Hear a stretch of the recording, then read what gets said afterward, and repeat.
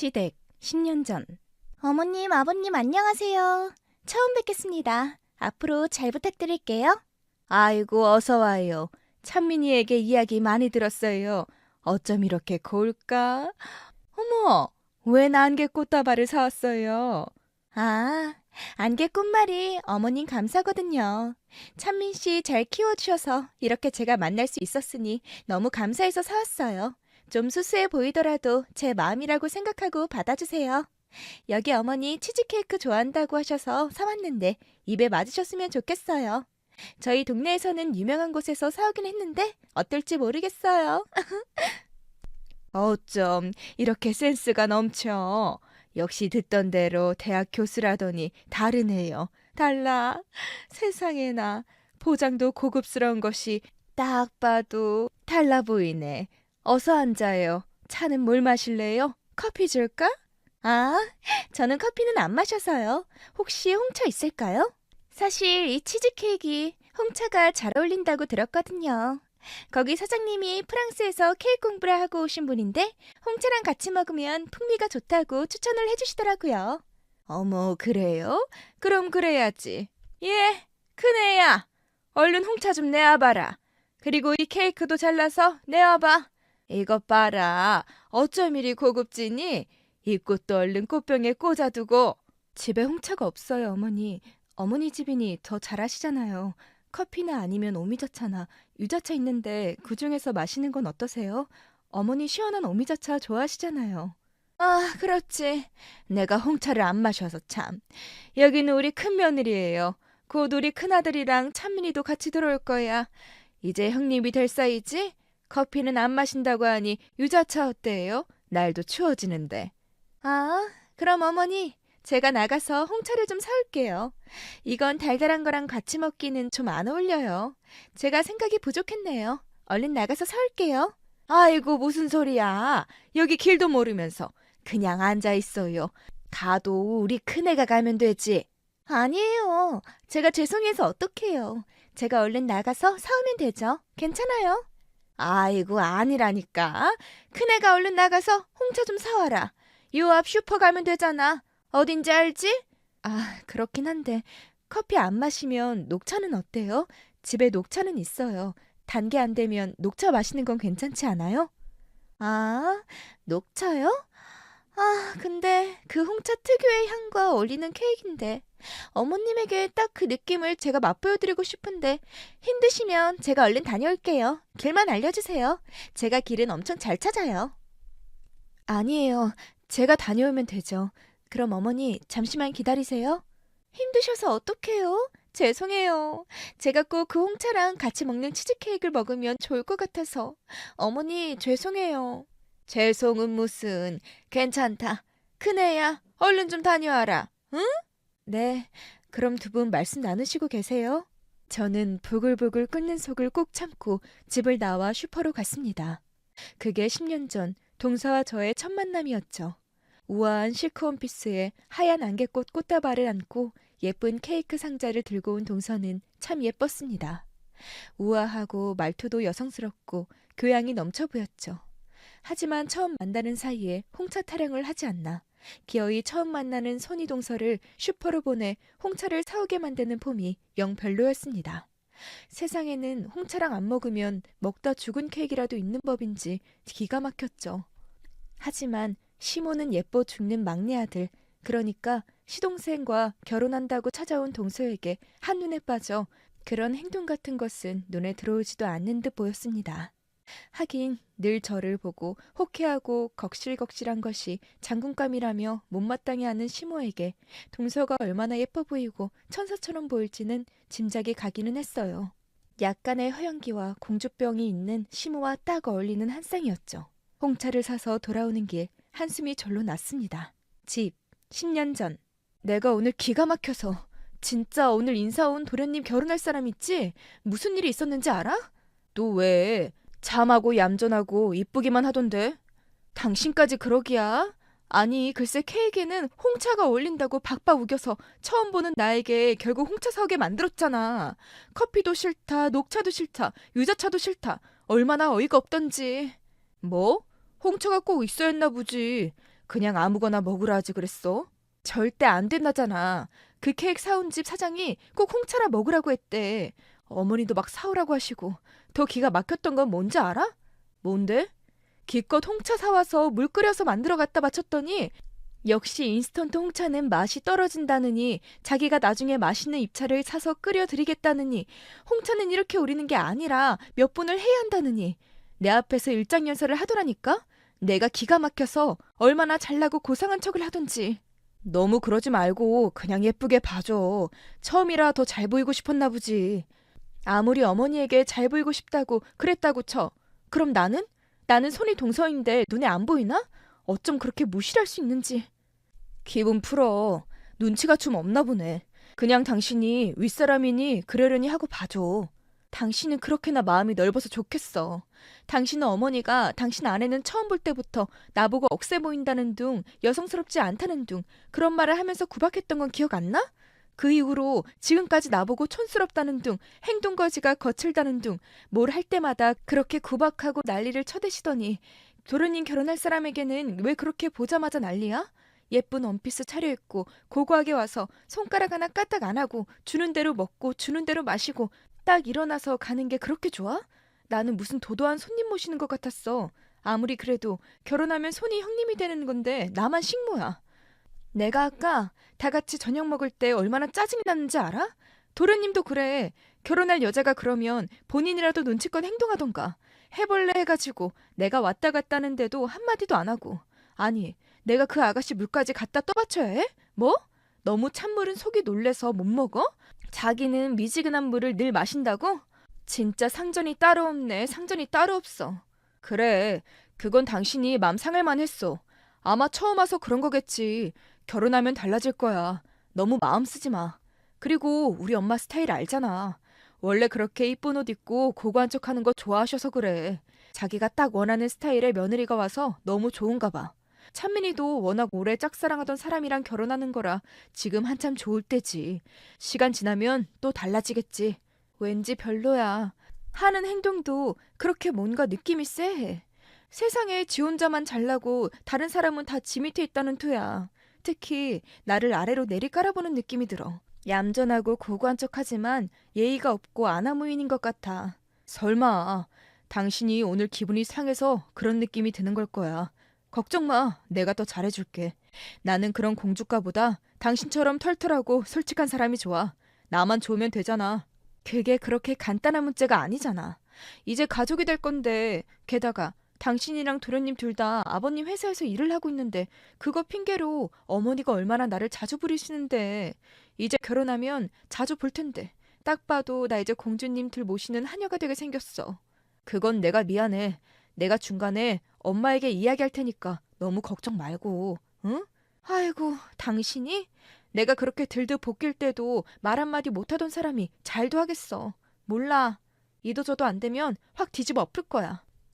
그래, 괜찮아. 마음대로 해. 남편이 말은 그렇게 했지만 그게 이루어질 리 없겠죠. 남편은 시아버지 회사에서 일을 하는 입장이었고 저희는 생계를 시부모님이 쥐고 있는 것과 마찬가지였기 때문에 저희는 늘 시부모님 앞에서 작아질 수밖에 없었거든요. 거기에 시어머니는 평소에도 고상한 부잣집 사모님 흉내를 내고 싶어하는 허영심 가득한 분이었고 그래서 늘 편하고 실용적인 것만 찾는 저를 못마땅하셨습니다. 그런데 그 허영심을 채워주는 며느리가 나타났으니 얼마나 예쁘겠습니까? 왠지 동서가 집으로 돌아온 이후 안 그래도 고달픈 시집살이가 더 나빠질 것 같은 예감이 아니 확신이 들었기 때문이었죠. 그리고 그런 불길한 예감은 역시 틀리지 않았어요. 이건 앞으로 펼쳐질 수 있는 사건들에 비하면 세발의 피에 불과한 일이었습니다. 시댁 9년 전. 안녕하세요. 어머님, 아버님. 어머, 형님도 와 계셨네요. 그래, 다 기다리고 있었지. 우리 막내가 결혼해서 신혼여행 다녀오는데 어떻게 집에 있니? 여행은 잘 다녀왔니? 어머니, 이 사람이 외국 여행은 처음이고 영어도 잘 못해서 제가 얼마나 고생을 했는지 몰라요.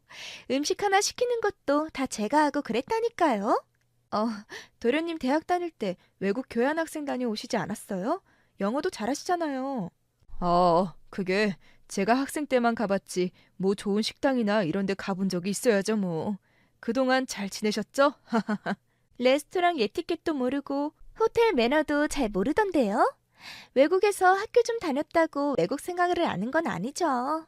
아이, 그래. 어찌되었든 잘 다녀오면 됐다. 얼른 밥 먹자.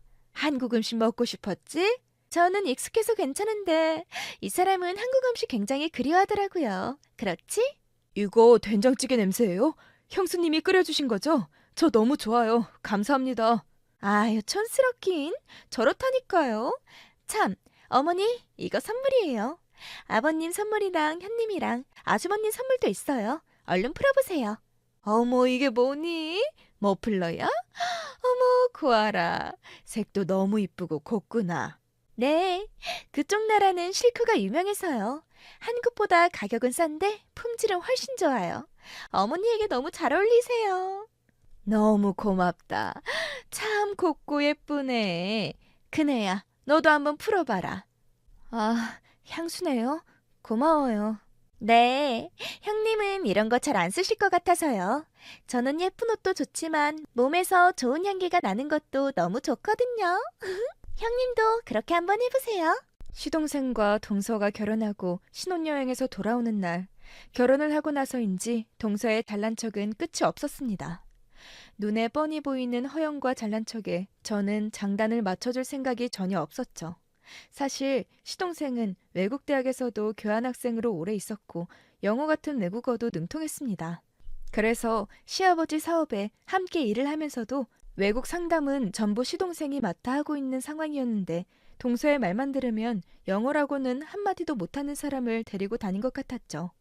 거기에 동서가 시어머니 선물이라고 사온 스카프는 동남아 선물 가게에서 사는 평범한 물건에 지나지 않았습니다. 결혼 비용이며 신혼집까지 시댁에서 이번 결혼에 엄청난 돈을 쓰는 것을 제가 직접 눈으로 보았는데 동서가 선물이랍시고 사온 선물은 고작 싸구려 스카프 하나와 어디 회사일 건지 알 수 없는 향수 하나였어요. 시아버지와 제 남편 선물은 싸구려 가죽으로 만든 지갑이었습니다. 고등학생 수학여행 다녀온 선물보다 못했죠. 제가 떨떠름해하자 동서의 눈빛이 묘하게 변하더군요. 어머, 형님, 향수 별로예요? 향수 잘 안 쓰세요? 아, 사실 내가 잘 안 쓰기는 하는데 이제 선물도 받았으니까 잘 써볼게. 고마워. 어머, 형님 그러시면 안 돼요. 이제 나이도 들고 그러면 사람은 몸에 좋은 향기가 나야 하는 법이거든요. 아무리 귀찮아도 지금부터 신경을 좀 쓰시고 하세요. 귀찮다고 여자가 외모에 신경 안 쓰고 그러시면 좀 보기가 그렇잖아요. 향수 같은 것도 쓰시고 꾸미고 그러세요. 그래야 형님도 좋아하시죠? 그쵸? 그래, 그건 둘째 말이 맞다. 큰애 너는 너무 외모에 관심도 없고 꾸밀 줄도 몰라. 집에서 살림만 해서 그런지 왜 그렇게 외모에 관심이 없니? 봐라, 둘째처럼 저렇게 옷도 예쁘게 입고 머리도 어쩜 저렇게 예쁘게 했니?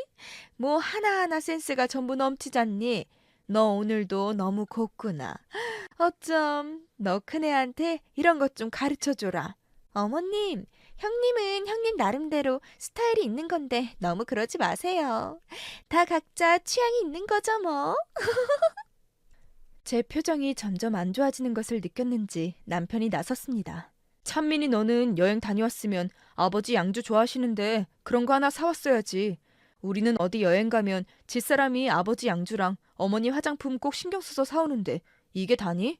아, 죄송해요. 제가 깜빡했어요. 다음에는 챙길게요. 재수 씨는 몰라도 너는 다 아는 녀석이 그걸 안 챙기고 뭐 했어? 다음부턴 그러지 마. 그렇게 그날은 넘어갔지만 동서의 고고함은 늘 꼴보기가 싫었습니다. 날이 갈수록 저를 빼고 시어머니와 붙어서 어디 유명한 셰프의 레스토랑을 간다느니 뮤지컬을 보러 간다느니 아주 난리를 떨었죠. 그러다가 아예 어머니와 백화점 문화센터에 그림을 배우러 같이 다니고 하더군요. 정말 꼴보기 싫었지만 나른 장점도 있기는 했습니다. 시어머니가 동서와 꼭 붙어 다니다 보니 저를 부르는 시간이 점점 줄어들었기 때문이었죠. 저는 차라리 잘 되었다 생각하기로 했습니다. 신경 쓰지 않는 편이 제 정신건강에 더 나을 테니까요. 하지만 동서의 잘난 척은 시간이 갈수록 심해졌어요. 특히 동서가 아이를 낳고 난 뒤에는 저와 더욱 부딪히게 되었습니다. 아이를 키우는 방식을 두고 사사건건 참견을 해댔기 때문이었죠. 시댁 5년 전 어서 와라. 지연이도 왔어? 학교 다니는 건 힘들지 않아? 우리 손녀? 아이고, 우리 동원이도 허엿해졌어. 우리 이쁜 손주, 손녀들 어서 들어와. 어머니 별일 없으셨죠? 동서도 왔어? 그 사이에 아기도 많이 컸네. 어쩜 이렇게 쑥쑥 건강하게 잘 커? 말도 마라. 얼마나 똑소리 나게 아기를 잘 키우는지 몰라. 이유식부터 반찬 하나하나를 만들어도 전부 조미료 하나 없이 다 만들어 먹이고 옷도 전부 좋은 것만 입히고 아기 공부도 전부 자기가 가르치잖아. 아, 네. 이제 5살인데 벌써 공부를 해요? 공부라기보다는 아기 정서 발달에 도움이 될 만한 걸 하는 거예요. 제 전공이니까 음악도 연주하고 뭐 미술관도 가고 그러죠. 지연이랑 동원이도 연주회랑 미술관 많이 가봤니? 아니요. 연주회 같은 곳은 안 가봤는데요. 미술관은 아니고 박물관은 가봤어요. 형님, 아이들 데리고 그런 곳 많이 가서 보여주셔야 해요. 그래야 애들 정서가 풍부해지고 머리도 좋아지죠. 형님이 평소 음악이나 미술에 관심 별로 없으세요? 아, 나는 별로 관심이 없어서. 우리 애들은 그 나이 때에는 내내 놀이터에서 살다시피 했지. 어릴 때는 실컷 노래하는 거 아니겠어? 노는 것도 중요하지만 평소 경험할 수 없는 다양한 경험도 중요해요. 그리고 그런 건 직접 엄마가 챙겨주셔야죠. 어쩐지 지원이랑 동원이가 똑똑하다고 해도 정서가 많이 풍부해 보이진 않았어요. 지금부터라도 많이 신경 써주세요. 제가 아동 심리 상담을 전공했잖아요. 요즘 공부만 시켜서 애들이 정서도 메마르고 공감도 못하는 애들이 너무 많아요. 이건 어릴 때 엄마가 잡아줘야 하는 거거든요. 그래, 너도 그런 쪽으로 신경 좀 써라. 둘째가 대학에서 강의도 하는데 이런 쪽으로 제가 훨씬 전문가 아니니? 그래서 그런지 우리 지우가 이렇게 똑똑하고 얌전하고 애가 정서도 얼마나 풍부한지 몰라. 안 그러니? 그럼 우리 지원이랑 동원이가 뭐 문제라도 있다는 말씀이세요? 동서, 아무리 그래도 우리 애들 보고 그런 이야기 하는 거 좀 그렇네? 아휴, 버럭하지 마세요. 문제가 있다는 게 아니죠. 다만 공부보다 더 중요한 게 있는데 그걸 놓치면 안 된다는 말씀이에요. 보통 다른 부모님들은 상담하러 와서 이러면 기분 나빠하시는 분들 많은데 그런 뜻이 아니에요. 그래, 너는 왜 그렇게 발끈하고 그러니? 이게 다 전문가가 하는 말이잖아. 아유, 좀 배운 사람이 이야기를 하면 귀담아 들어. 기가 차더군요. 그러면서 종일 얼마나 자신이 애를 잘 키우는지 떠들어대는데 저는 그냥 한 귀로 듣고 한 귀로 흘러버리기로 했습니다. 우리 애들은 누구보다 바르고 건강하게 잘 크고 있고 이제 겨우 5살 먹은 딸아이 하나 키우고 있는 동서의 잘난 척에 주눅이 들 제가 아니었기 때문이었어요. 하지만 문제는 다 같이 식사를 할 때 발생했습니다. 엄마, 물! 엄마, 숟가락! 엄마, 이거 치워! 이거 싫어! 아이, 진짜 싫어! 그래요. 이거 싫었어요? 알았어요. 지우, 마음을 엄마가 몰랐구나. 미안해요, 우리 지우. 동서, 미안한데 밥은 제자리에 앉아서 먹이도록 가르쳐야 하지 않을까? 벌써 5살인데 지금 계속 왔다 갔다 하고 이러면 어떡해. 식탁도 자기 맘대로 어지르잖아. 지우야, 반찬을 엎으면 안 돼. 어머, 먹던 걸 뱉으면 어쩌니? 어머, 아이 마음을 먼저 알아주고 감싸주는 게 맞죠. 자기가 싫은 건 싫다고 자기 의견을 분명하게 표시할 수 있는 사람으로 키워야 나중에도 자신감 있는 사람으로 커요. 저는 절대 싫다는 건 강요도 안 하고 스트레스 안 줘요. 강압적으로 아이 키우는 건 아니라고 봐요. 강압적으로 키우라는 게 아니라 적어도 식사 예절은 알려줘야지. 지금 지우 때문에 우리가 전부 제대로 밥을 못 먹고 있잖아. 아이고, 지우야, 밥그릇을 던지면 어떡하니? 냅둬라. 요즘은 원래 저렇게 키운다고 하더라. 우리 때야 못 모르고 막 키웠지만 요즘은 애 하나 키워도 어찌나 신경을 많이 쓰는지. 너도 잘 모르니까 그냥 그러려니 해. 우리가 뭘 아니? 아니, 스트레스 안 받게 하는 거랑 배워야 하는 예절을 가르치는 건 다르죠. 그리고 배울 건 배워야 하는 게 아닐까요? 형님, 죄송한데요. 다 각자 유아 방식이 다른 거니까 애 키운 거에 대해서는 말씀을 조심해 주셨으면 좋겠어요. 저도 형님이 지원이랑 동원이 강압적으로 키우는 거 봤지만 거기에 별 말 안 했잖아요. 그러니 제가 부탁드릴게요. 기가 찼습니다. 5살 먹은 동서의 딸은 기본적인 예절이나 행동 교육을 전혀 못 받아 어딜 가나 막무가내로 행동을 해서 사람들의 눈총을 받았죠. 저조차 그 식구들과 함께 식사를 하는 날이면 스트레스를 받을 정도였으니까요.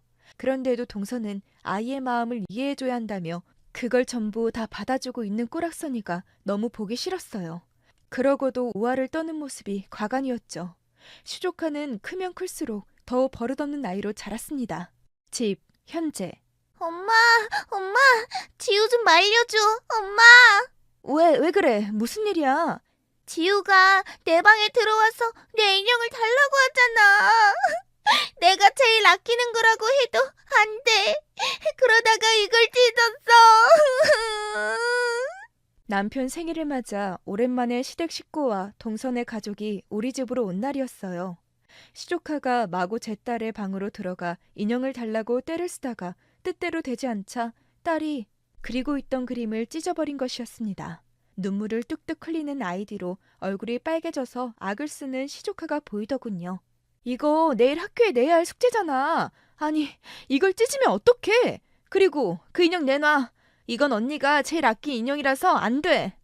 싫어. 내가 가질 거야. 내 마음에 꼭 들었어. 내가 가지고 싶은데 왜 못 가지게 하는 거야? 너 이게 무슨 버릇이야? 그렇다고 사촌 언니 숙제를 이렇게 찢어놓은 경우가 어디 있어? 형님, 아무리 그래도 언성은 높이지 마세요. 지우야, 어디 지우 마음을 이야기해볼까? 그건 지원이 언니가 아끼는 거예요.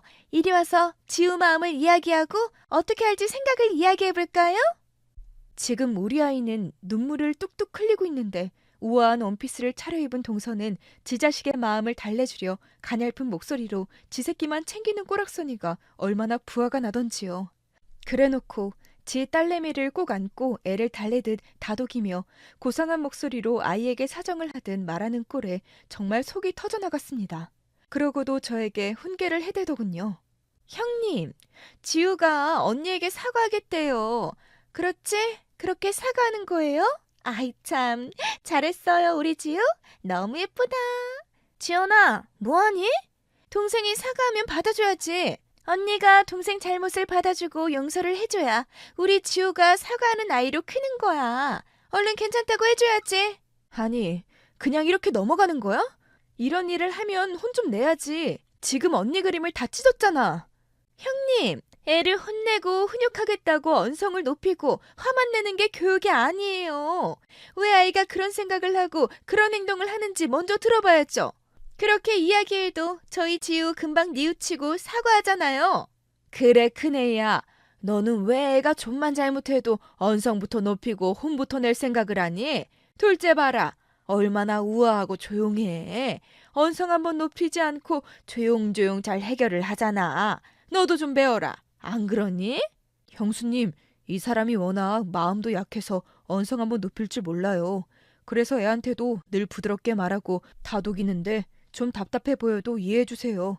그러다 보면 또 시간이 지나면 애가 우리 뜻을 이해하고 그러긴 하더라고요. 기가 막히고 코가 막혔지만 어차피 말이 통할 상대가 아니라는 걸 알았기 때문에 저는 그냥 참았습니다. 하지만 더 기가 차는 일은 다시 식사 시간에 벌어졌죠. 형님, 이 불고기도 그렇고 반찬도 전부 간이 너무 강한 것 같은데 혹시 조미료 쓰세요? 조금씩 써. 어쩐지. 형님, 조심스럽지만요. 이제 지원이 사춘기 다 되어가는데 조미료나 그런 가공식품은 조심하세요. 안 그래도 예전부터 애들이 과자도 먹고 탄산음료도 마시고 하던데 볼 때마다 말리고 싶었어요. 먹는 걸 어릴 때 습관을 잘 들여놓아야 하거든요. 그럼 지우는 과자도 안 먹어? 그럼요. 우리 지우는 과자도 먹은 적이 없고 음료수도 입에 안 대요. 그래서 피부가 저렇게 깨끗하잖아요. 정말 제가 애 키우는 걸 보면 내가 매번 감탄을 하잖니. 요즘은 대학 강의도 늘고 엄청 바쁜데도 애 교육도 똑소리 나게 챙겨. 너도 좀 배워라. 집에서 너는 뭐 하는 거니? 어머니, 집에서 살림만 하고 애 키우는 일이 얼마나 힘든데요. 저는 집에서 살림하고 애만 키우는 일이 더 힘들었어요. 진짜 밖에서 일을 안 하니까 얼마나 우울하고 내 자신이 초라하게 느껴지던지. 그런데 형님은 묵묵히 집에서 애들 잘 키우시잖아요. 저게 정말 대단하신 거예요. 하긴, 밖에서 일도 하고 살림도 하는 일이 보통 일은 아니지. 참, 너는 고생이 많다. 둘째가 돈을 적게 벌어다 주는 것도 아닐 텐데. 제가 돈 벌려고 일하나요? 그냥 좋아하는 일인데요. 전 어머니랑 그림 그리러 다니는 시간이랑 나가서 학생들에게 강의하는 시간이 제일 행복해요. 나도 너랑 문화센터 가서 그림 그리고 점심 먹고 오는 시간이 제일 좋다. 가끔 점심에도 보러 가고 내가 말년에 네 덕분에 취미생활도 하고 얼마나 좋은지 모르겠어. 우화를 떠는 두 명의 모습이 부글부글하기는 했지만 한편으로는 시어머니가 저렇게나 이뻐라 하는데 내가 뭐라고 입을 대나 싶기도 하더군요. 꼴 보기 싫으면 나만 만나지 않으면 되는 일 아니겠어요? 우아한 두 사람만 서로 행복하면 되니 저는 그쯤에서 빠져주겠다 그렇게 마음을 먹었죠. 하지만 이 둘은 제 속을 계속 뒤집어 놓았습니다. 통화, 현재. 예, 다음 주나 다다음 주에 김장하자. 너 시간 언제 괜찮아? 다다음 주가 괜찮은데 어머니 이번에도 동서는 안 오는 거예요? 그래, 걔는 일하잖니. 시간이 안 될 거야. 게다가 걔가 일이나 할 줄 알겠지. 와봤자 도움도 안 되지 뭐. 아무리 그래도 동서 결혼한 지 이제 10년이 되었는데 김장 한 번을 안 오고 김치만 가져가잖아요. 이제 할 때도 되었으니 제가 전화해서 물어볼게요. 아유, 그냥 둬. 걔는 김치도 잘 안 먹어. 워낙 애가 여리여리하고 마음도 약하고 그래서 일도 잘 못하고 그러더라. 그냥 우리 둘이 후딱 하고 치워버리자. 이제 와서 왜 그러니? 암튼 물어나 볼게요. 그럼 그날 배워요. 집안 행사마다 와서는 동서는 늘 고고하게 자리에 앉아 받아먹기만 하고 손가락 하나 까딱한 적이 없었습니다. 그리고 김장같이 힘든 일에는 얼굴도 비치지 않았죠. 저는 이번에도 도저히 참을 수 없었어요. 그래서 동서에게 전화를 걸었죠. 동서, 지금 통화 괜찮아? 내가 할 이야기가 좀 있어. 어머, 형님, 잘됐다. 저 좀 살려주세요. 갑자기 그게 무슨 소리야? 살려달라니. 지우가 지금 바이올린을 안 가져갔는데 지금 학원에 안 간다고 엉엉 울고만 있어요. 형님이 대신 좀 가져다 주시면 안 될까요? 제발 부탁 좀 드릴게요. 학교랑 집이 멀지도 않잖아. 동서 밖이야? 아이 보고 잠깐 집에 들러서 가지고 가라고 그러면 되지. 내가 갑자기 어떻게 거기까지 가? 형님, 저희 집까지 금방 오시잖아요. 제가 이렇게 부탁드릴게요. 지우가 너무 떼를 쓰고 울고불고해서 학교에서 연락 왔어요. 그런데 제가 지금 강의 때문에 도저히 갈 수가 없어요. 제가 한 번만 부탁드리면 안 될까요? 그런데 내가 지금 차가 없어. 고장이 나서 술이 막혔어. 이걸 어떻게 해야 하나? 아, 저희 집 주차장에 제 업무용 차가 있어요. 그거 쓰세요. 그걸로 아이 준비물 가지고 지우 학원까지만 데려다 주세요. 제가 이렇게 부탁드릴게요. 네? 그야말로 혹 때려다가 혹 붙인 격이었어요. 저는 아이 때문이라는 간곡한 부탁을 거절하지 못했습니다. 게다가 시댁을 중심으로 저희와 동선에는 전부 걸어서 10분 이내에 지척에 살고 있었기 때문에 핑계도 되기 힘들었죠. 저는 하는 수 없이 동선의 집으로 달려가 조카의 준비물을 챙기고 아이를 태워 학원까지 데려다줘야만 했습니다. 주차장, 현재. 지호야, 빨리 서둘러야지. 이러다 늦겠어. 얼른 타. 큰엄마, 이 가방 들어줘요. 지우 이 가방 무거워서 못 들어요. 그 정도는 네가 그냥 들어. 그것도 못 들면 어떡해? 빨리 타. 진짜 너무해. 나 엄마랑 할머니에게 다 이를 거야. 가방도 안 들어주고 학원 늦는다고 신경질만 낸다고. 너 진짜 말버릇이 왜 그러니? 알았으니까 빨리 타. 가방은 트렁크에 넣어주세요. 그래야 뒤에서 편하게 누워서 갈 수 있어요. 누워서 가면 위험해. 바르게 앉아서 안전벨트 매야지. 싫어요. 알았어. 알았으니까 빨리 좀 타자. 이러다 진짜 늦어. 지 엄마를 닮았는지 말 한마디를 하더라도 어찌나 얄밉던지. 저는 더 이상 실랑 일을 하고 싶지 않아 차 트렁크를 열었습니다. 그리고는 무심결에 트렁크에 실려있던 박스를 옆으로 밀다가 그 안에 물건을 보고 비명을 지를 뻔했습니다. 그 안에는 도저히 보고도 믿기지 않을 정도로 저를 경악하게 만드는 물건들이 가득했기 때문이었죠. 한동안 충격을 어쩌하지 못하고 멍하니 있던 저는 일단 정신을 가다듬고 조카부터 학원으로 데려다 주었습니다. 그러고는 주차장에서 조용히 앉아 생각을 정리했죠. 마침내 모든 생각을 정리한 저는 차를 돌려 제 집으로 왔습니다. 그리고 동서를 호출했죠. 집, 현재. 아니 형님, 애 데려다 줬으면 차만 저희 집으로 갖다 놓으시면 되지. 왜 저를 오라고 하세요? 거기 앉아봐. 할 이야기가 있어. 아니 왜요? 어머, 설마 애 데려다 줬다고 기분 나쁘셨어요? 기분 푸세요. 제가 일을 하느라 정신이 좀 없었어요. 형님은 집에만 있어서 이해 못하실 거예요. 트렁크에 그거 뭐야? 동서, 대체 정체가 뭐야? 강의? 무슨 강의를 말하는 거야? 에? 무슨 말씀을? 오리발 내밀지 말고 털어놔. 트렁크에 있던 그 더러운 물건은 뭐야? 야한 속옷이며 끈으로 된 팬티며 나는 낯뜨거워서 쳐다보지도 못할 물건들이 왜 거기 있어? 아니, 가정도 있고 아이도 있는 사람이 성인기구는 또 왜 필요해? 그것도 한두 개가 아니던데? 좋아, 뭐 100번 양보해서 그거 있다고 쳐. 그러면 침실이나 이런 은밀한 곳에 있어야 하는 물건 아니야? 그게 왜 동서차 트렁크에 봉지에 쌓여 있는 거야? 내가 이건 아니다 싶어서 불렀어. 설명해봐. 참, 아니 그건 또 왜 뒤져본 거예요? 아니 왜 남의 차 트렁크는 열어보고 솔직히 남이사 그걸 트렁크에 두던 침대에 두던 형님이 관여할 문제는 아니잖아요. 내가 그런 취미가 있던 말던 왜요? 답답하고 고루하게 사시니 생각도 고루하신 거예요?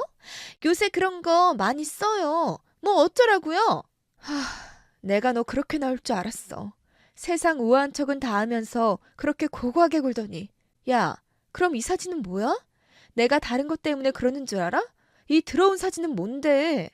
저는 동서 면전에 사진을 확 뿌렸습니다. 그건 동서가 그 보기도 역겨운 속옷만 걸치고 온갖 남자들과 엉켜 찍은 사진이었습니다. 도저히 가정이 있는 여자가 하는 행동이라고 믿을 수 없는 사진들이었죠. 게다가 거기에는 제가 아는 얼굴도 있는 것이 문제였습니다. 아니 이게 어떻게... 내가 이걸 못 봤을 것 같아? 너 대체 정체가 뭐야? 여기 총무팀 김 부장은 왜 있는 거지? 너 강의 안 하잖아. 내가 대학에 전화해서 다 물어봤어. 그런 교수는커녕 강사도 없다고 하더라. 너 이 사진 어떻게 해명할 거야? 내가 아무리 그래도 내 시동생 10년도 넘게 모사이야. 내가 이걸 그냥 넘어갈 것 같아? 짜증나게. 그걸 왜 뒤져가지고. 그래서요. 뭐 어떡하시게요? 이걸로 저 협박이라도 하시게요?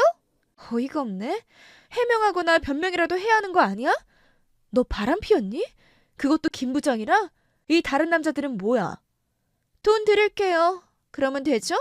뭐 피차 서로 간섭 안 하면 되잖아요. 짜증나게.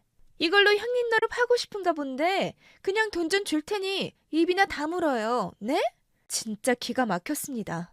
저는 혹시라도 동서가 울면서 사정을 하면 마음이 약해지면 어쩌나 걱정을 했던 제 자신이 우스워지더군요. 저는 결심을 해야만 했습니다. 전혀 반성의 기미가 없네. 네가 정말 인간이니? 나는 너에게 기회를 준 거야. 됐다. 네가 벌인 일이니 네가 책임져. 뭐? 설마 이걸 누구에게 알린다는 말은 아니지? 그건 아니지? 내가 처음에 이야기했지. 시동생 나 10년 넘게 본 사이야. 이제 가족이나 마찬가지라고. 내가 이걸 그냥 넘어갈 것 같아? 뭐? 돈 좀 줄 테니 입이나 다물라고? 어이가 없어서. 그 사진 내놔. 네가 뭐 어쩔 건데? 전부 다 내놔. 가져가. 내가 이걸 그냥 뒀겠니? 최소한의 예의를 기대했던 내가 바보지. 이 뒷일은 네가 감당하길 바래. 뭐? 뭐? 야! 네 지금 뭐라는 거야? 너 설마 내 남편에게 알린 거야? 야, 너 이리 와봐. 늘 고고한 척만 하던 동서는 갑자기 발악을 하며 저에게 달려들더군요. 하지만 우아한 원피스를 차려입은 동서가 저에게 뭘 할 수 있겠어요. 저는 간단히 그 여자의 팔을 꺾고 제압하고 바닥에 패대기 쳐버렸죠. 꺼져, 이 더러운 건. 이게 어디서 난리를 치고 있어? 감히 곧 우리 남편 올 거야. 그러니 더 험한 꼴 보기 싫으면 얼른 집에 나가서 몸 사리고 있는 편이 좋을걸? 그 말을 들은 동서는 얼굴이 하얗게 질리더니 허겁지겁 사진을 제대로 챙기지도 못하고 사라졌습니다. 그런데 더 기가 막힌 건 그 길로 집을 나가버렸다는 사실이었죠. 그렇게 애지중지하던 애고모고 전부 내팽개치고는 자기 옷만 챙겨서 바로 사라졌습니다.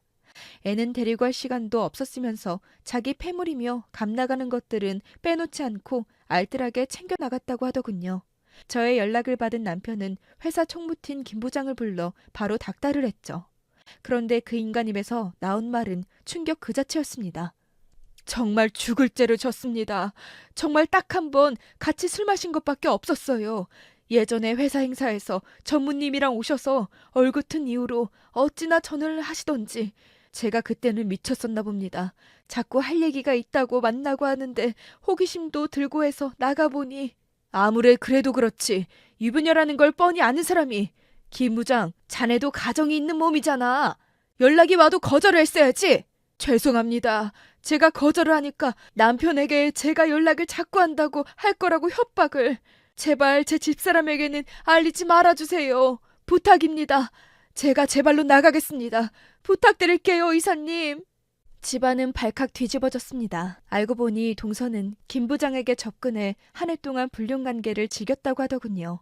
게다가 그 취향도 너무 이상하고 변태적이라 김 부장이 오히려 동서에게 벗어나느라 고생을 했다고 남편에게 털어놓았던 것입니다.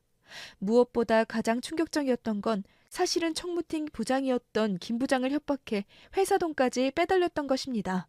김 부장과 함께 찍었던 사진을 이용해서 말이죠. 알고 보니 제가 발견했던 사진은 남자들을 유혹해 사진을 찍고 협박을 해 돈을 뜯어낼 목적으로 찍은 것이었답니다. 남편과 저는 도저히 그냥 넘어갈 일이 아니라 여겨 시동생은 물론 시댁에도 알렸습니다. 회사 사람까지 엮인 일이었고 돈에도 손을 댔으니 그냥 넘어갈 수 없었죠. 그 과정에서 동서가 접근했던 회사 사람이 김 부장뿐만이 아니라는 사실이 수면에 드러났죠. 전부 유부남들로 그들 역시 한때의 유혹에 빠져 나쁜 짓을 한 대가를 치르고 있던 중이더군요. 시동생은 충격에 빠져 그 자리에 주저앉아 버렸습니다. 아니, 이게 뭡니까? 형님, 이게 정말 현실이에요? 제 집사람이 그동안 강의를 하러 간 게 아니라 다른 남자를... 정신 차려. 지금 이럴 때가 아니다. 집 나간 그 여자 찾아야지. 찾아서 고소하고 벌을 받게 해야지. 네가 왜 이러고 있어? 일어나, 어서. 이게 무슨 일이니? 아이고, 나는 그런 것도 모르고 그동안 끼고 돌면서 애 학원비 모자르다고 하면 그것도 보태줬는데 아이고, 이게 대체 무슨 일이니? 정신 차리세요, 어머니. 아니, 자꾸 돈 달라고 이야기를 할 때 이상하다는 생각을 하셨어야죠. 어쩜 그렇게 비위 맞추는 거에 빠져서 감싸고만 도시더니 회사 돈까지 손을 댔는데 어떻게 하실 거예요? 동서는 얼마 가지 못해 잡혔습니다. 그 와중에도 다른 남자를 불러내어 술을 마시고 호텔에 가 있더군요. 경찰들도 호텔 방에 쳐들어가 반 벌거숭이로 있는 동서를 잡아오면서 보다 이런 뻔뻔스러운 인간은 처음 본다고 혀를 찼다고 합니다. 동서는 협박과 사기 혐의로 곧바로 구속되었죠. 그동안 재산을 빼돌려 따로 모아둔 것이 발견되어 저희가 전부 회수를 했습니다. 어찌나 알뜰하게 차곡차곡 모아두었는지 모두 경악을 금치 못했죠. 동서는 구속이 되는 순간에도 뻔뻔하게 악을 쓰더군요. 야! 네가 뭔데 남의 짐을 뒤져서 이사단을 만들어? 짜증나. 좀만 있으면 한복 챙겨서 갈 수 있었는데. 애 새끼고 뭐고 이 답답한 생활 끝내고 훌훌 털고 갈 수 있었는데 이게 전부 너 때문이야. 너 진짜 내가 가만 안 둘 거야. 끝까지 반성도 하지 않고 악을 쓰는 모습이 얼마나 기가 막히던지. 시동생은 곧바로 이혼 수속을 밟으면서 조카와의 친자 검사를 의뢰하더군요. 그리고 그 누구도 원하지 않던 불행한 결과를 받아들여야만 했습니다. 조카는 시동생의 아이가 아니었던 것입니다. 저 역시 이 부분에서는 적잖이 충격을 받았습니다. 아무리 얄미웠던 조카라 하더라도 시동생은 그 조카를 얼마나 끔찍하게 여기고 사랑으로 키웠을지 알았기 때문이죠. 하지만 큰 배신감에 치를 떠던 시동생은 한치의 망설임 없이 아이를 동서의 친정으로 보내버리고 모든 절차를 거쳐 이혼을 하고 그 아이와의 호적관계도 정리를 했습니다. 그리고는 해외지사 파견 신청을 해 외국으로 떠나버렸죠. 남편도 나가서 머리를 식히고 오라고 흔쾌히 보내주었어요. 동서는 저희의 고소와 고발, 민사소송에 걸려 아마 한동안 감옥에 있어야 할 겁니다. 물론 소송을 저희만 한 건 아닙니다. 이 사건을 통해 그동안 협박을 받고 있던 사람들이 전부 일어나 고소를 했더군요. 이 일을 통해 이혼을 하거나 직장을 잃은 사람이 꽤 되었으니까요. 동서는 줄고소에 정신을 못 차리겠는지 제발 한 번만 면회를 와달라며 자신의 잘못을 싹싹 비는 편지를 보내오더니 한 번은 전화를 걸어 와서는 엉엉 울며 잘못을 빌기도 하더군요. 하지만 저는 편지는 물론 전화도 그냥 끊어버렸습니다. 남편의 회사는 물론 시동생의 인생까지 파탄에 이르게 할 뻔했던 그 여자를 절대 용서할 마음이 없기 때문이었죠. 동서의 친정 역시 이 일로 큰 충격을 받았다고 하더군요. 형편이 그냥저냥 평범했던 동서의 친정은 배상금 때문에 집을 팔아야만 했답니다. 그러고는 동서와도 연락을 끊어버리고 먼 지방으로 이사를 가버렸다고 하는군요. 동서는 누구 하나 찾아오는 이 없이 영치금 한 푼 넣어주는 이 없이 쓸쓸하게 감옥 생활을 하고 있다고 하지만 제할 바가 아닙니다. 어쩌면 저희 가족들이 죄 없고 더 고통스러운 힘든 시간을 보내고 있는 것일 수도 있으니까요. 다행히 시동생은 외국에 나가 많이 안정을 찾은 듯 보입니다. 만나는 사람도 생긴 것 같다고 하는데 정확하게 이야기하지 않아 저희는 모른 척하고 있죠. 이번 일을 수습하면서 남편은 아예 회사 대표직을 시아버지에게 물려받게 되었습니다.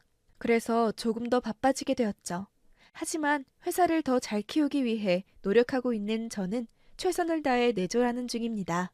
이번 일로 시어머니는 큰 충격을 받으셨는지 저에게 엄청 잘해주시려 노력을 하고 계십니다. 역시 사람은 내면이 가장 중요하다느니 네가 진국이라는 걸 내가 진작에 알고 있었다느니 하면서 말입니다. 하지만 저는 그마저도 거리를 두고 있습니다. 이번 일이 없었다면 시어머니는 저를 계속 무시하고 촌스러운 사람 취급하면서 동서와 저를 비교하고 구박했겠죠. 저 역시 그 세월 동안 깨달은 것이 있으니까요. 무엇보다 사람은 겉모습만 보고 판단을 하면 안 되겠다는 것을 다시 한번 깨닫고 또 깨달았죠. 거기에 누군가 나를 무시하면 절대 참지 말아야 한다는 사실도 함께 말이죠. 이 겨울이 지나고 봄이 오면 우리 가족의 상처도 아물고 새살이 돋아날 날이 오겠죠. 저는 제발 부디 그날이 빨리 오기만을 바라고 있습니다. 이 사연을 들어주신 여러분도 혹시 잊고 싶은 일이나 큰 상처를 받은 일이 있으신가요? 그럼 저와 함께 이 겨울 부지런히 상처를 치료하며 봄을 기다리는 건 어떠신가요? 분명히 이 추운 겨울은 지나가고 봄이 올 것이니까요. 그때까지 따뜻한 겨울을 보내시길 바라겠습니다. 들어주셔서 감사합니다.